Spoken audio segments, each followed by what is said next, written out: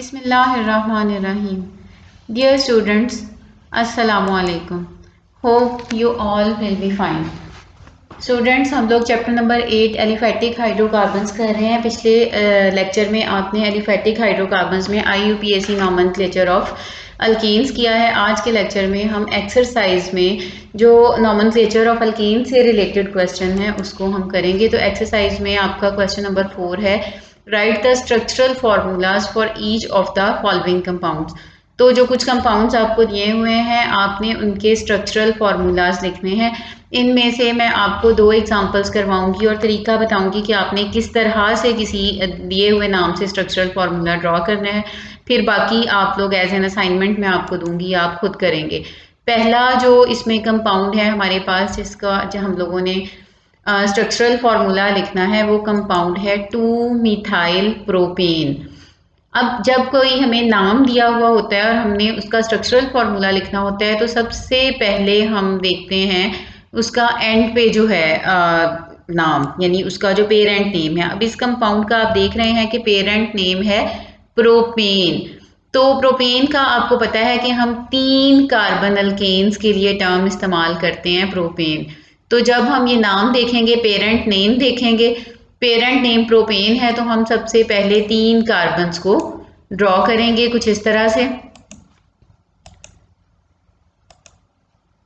सबसे पहले आप 3 कार्बन, क्योंकि प्रोपेन है तो आप इस तरह से 3 कार्बन बना लेंगे, ड्रॉ कर लेंगे और इन तीनों कार्बन्स को नंबरिंग कर देंगे 1 2 3। चाहे लेफ्ट से नंबरिंग कर लें चाहे राइट से नंबरिंग कर लें, इससे फ़र्क नहीं पड़ता।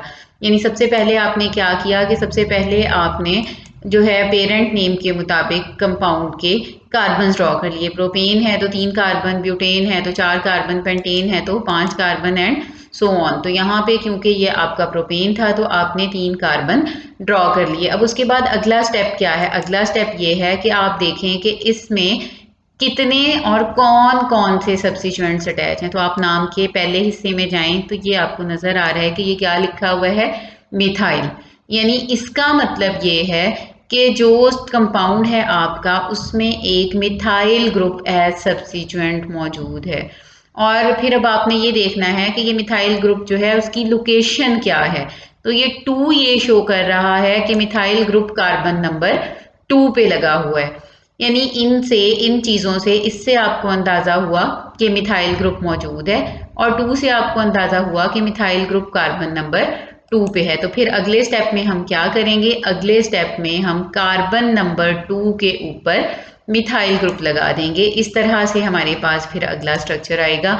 ये थी हमारी कार्बन नंबर 2, इसके ऊपर ये देखें हमने मिथाइल ग्रुप लगा दिया। मिथाइल अल्काइल ग्रुप्स का नॉमेनक्लेचर आप लोग पहले कर चुके हैं, आपको पता है कि मिथाइल को हम लिखते हैं CH3।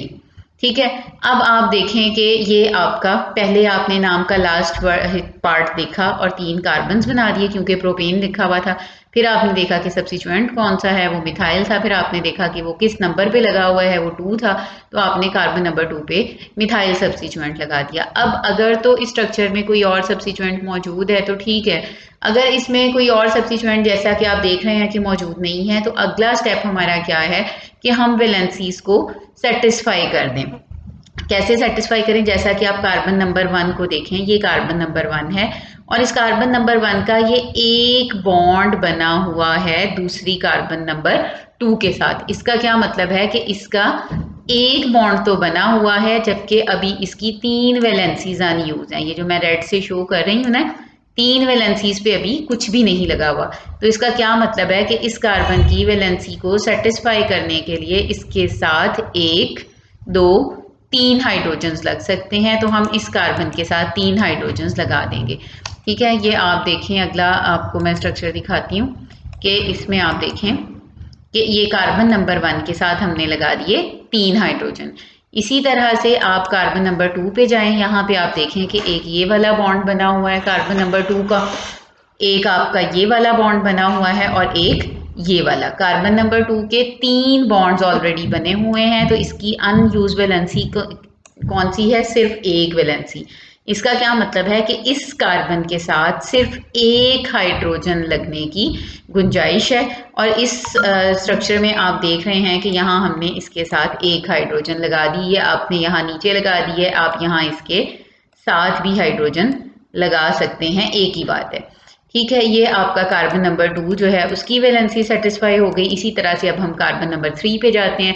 तो कार्बन नंबर 3 पे भी आप देखिए कि कार्बन नंबर 3 का एक ही बॉन्ड बना हुआ है कार्बन नंबर 2 के साथ। इसका मतलब क्या है कि अभी इसके 4 वैलेंसी पूरी करने के लिए 3 बॉन्ड मजीद बन सकते हैं, यानी हम इसके साथ 3 हाइड्रोजन लगा सकते हैं। तो यहाँ आप देखिए हमने इसके साथ 3 हाइड्रोजन अटैच कर दिए। इस तरह से ये हमारे पास हो गया CH3 CH और ये CH3। तो ये हमारे पास 2 मिथाइल प्रोपेन का स्ट्रक्चर ड्रॉ हो गया।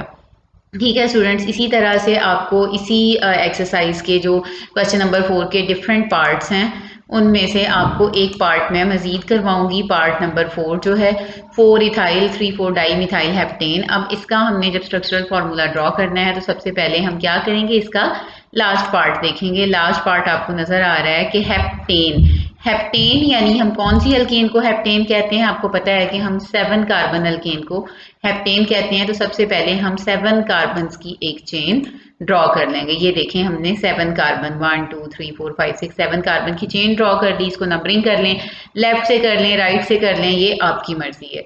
अब उसके बाद फिर हम दूसरे पार्ट पे आते हैं, हम देखते हैं कि इसके ऊपर कौन कौन से सब्स्टिट्यूएंट्स लगे हुए हैं।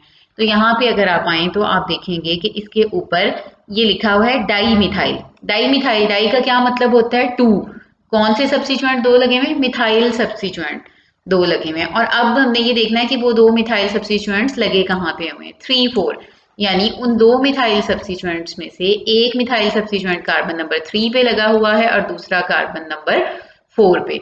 तो इस तरह से हम कार्बन नंबर, ये कार्बन नंबर 3 है और ये कार्बन नंबर 4, तो हम एक सब्स्टिट्यूएंट जो है वो कार्बन नंबर 3 पे लगाएंगे। इस तरह से हम एक हम कार्बन नंबर 4 पे लगाएंगे, और लगाने कौन से हैं, मिथाइल। आपको पता है कि मिथाइल को हम कैसे लिखते हैं, CH3 से। तो आप अगले स्ट्रक्चर में देखिए कि हमने कार्बन नंबर 3 और कार्बन नंबर 4 पे 2 मिथाइल सब्स्टिट्यूएंट अटैच कर लिए। अब हम मजीद इस पे मूव करते हैं इसके नाम पे। तो आप देखें आगे आपको इथाइल भी नजर आ रहा है, यानी इस स्ट्रक्चर में एक इथाइल सब्स्टिट्यूएंट भी मौजूद है, इथाइल ग्रुप भी मौजूद है। और कौन सी कार्बन पे है, वो है चौथी कार्बन पे। अब आप देखें चौथी कार्बन पे एक मिथाइल ग्रुप हमने ऑलरेडी लगाया हुआ था, तो हम क्या करेंगे, यहाँ पे हम एक मिथाइल ग्रुप लगा देंगे। और इस चीज को अगर आप आगे देखें तो ये आप देखेंगे कि यहाँ पे नेक्स्ट में ये 3 4 पे ये यही वाला स्ट्रक्चर है, 2 मिथाइल ग्रुप थे।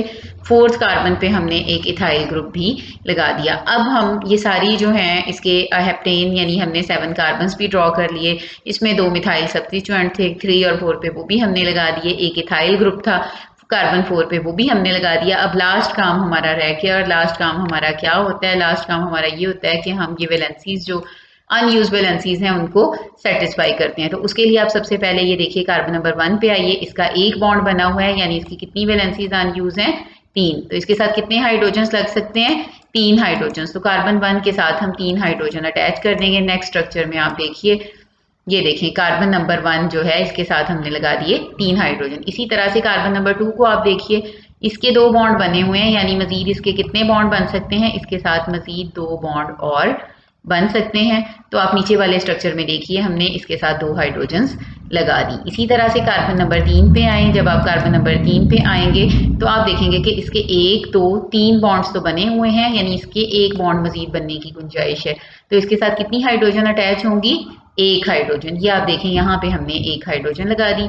ये हाइड्रोजन और ये हाइड्रोजन आप यहाँ दरमियान में चेन में कार्बन के साथ भी लगा सकते हैं, यानी CH2H2 आप चाहें तो यहाँ भी लिख सकते हैं। ठीक है, उसके बाद हम नेक्स्ट पे जाएंगे। तो अगर आप नेक्स्ट का कार्बन नंबर 4 पे जाएं तो आप देखेंगे कार्बन नंबर 4 के 1 2 3 एंड 4 चारों बॉन्ड्स बने हुए हैं, यानी इसके साथ किसी हाइड्रोजन की गुंजाइश नहीं है, तो इसके साथ हम कोई हाइड्रोजन भी अटैच नहीं करेंगे। इसी तरह से कार्बन 5 पे आप देखें 2 बॉन्ड्स बने हुए हैं, 2 बॉन्ड्स की अभी गुंजाइश है, तो हम कार्बन 5 के साथ भी 2 हाइड्रोजन लगा देंगे। कार्बन 6 के भी आप देखें 2 बॉन्ड्स बने हुए हैं, 2 अभी बन सकते हैं, तो नीचे आप देखें कार्बन 6 पे भी 2 हाइड्रोजन हमने अटैच कर दी। इसी तरह कार्बन 7 पे आए तो इसका सिर्फ एक बॉन्ड बना हुआ है, इसके साथ अभी 3 मज़ीद बॉन्ड्स बन सकते हैं, तो इसके साथ हमने 3 हाइड्रोजन्स लगा दी। इस तरह से हमारे पास ये स्ट्रक्चर ड्रॉ हो गया। तो बच्चे आपके पास जो भी आपको पास नेम आए, आपने इसी तरीके से स्ट्रक्चर ड्रॉ करना है कि पहले आपने लास्ट नेम देखना है, लास्ट नेम के मुताबिक आपने चेन ड्रॉ करनी है, उसको नंबरिंग करनी है, फिर जो सब्स्टिट्यूएंट्स हों और जिस जिस कार्बन पे लगे हुए हों वो सब्स्टिट्यूएंट अटैच करने हैं, और फिर सबसे एंड पे जो वैलेंसीज बच गई हैं उन पे आपने हाइड्रोजन्स लगा के वैलेंसीज सेटिस्फाई कर देनी है।